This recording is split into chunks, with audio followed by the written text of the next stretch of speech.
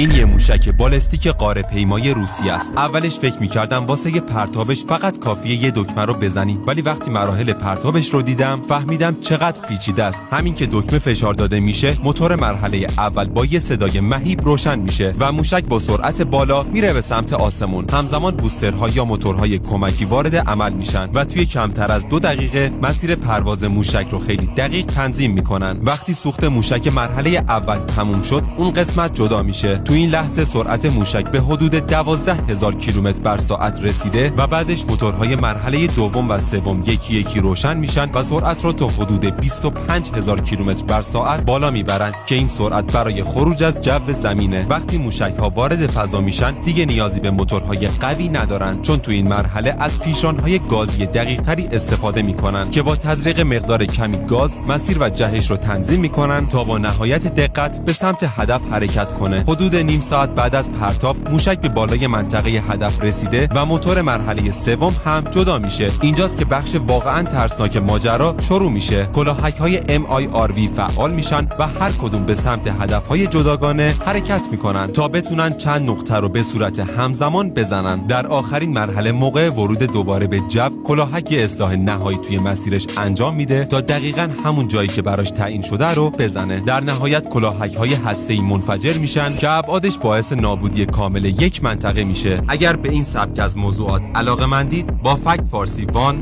همراه شوید.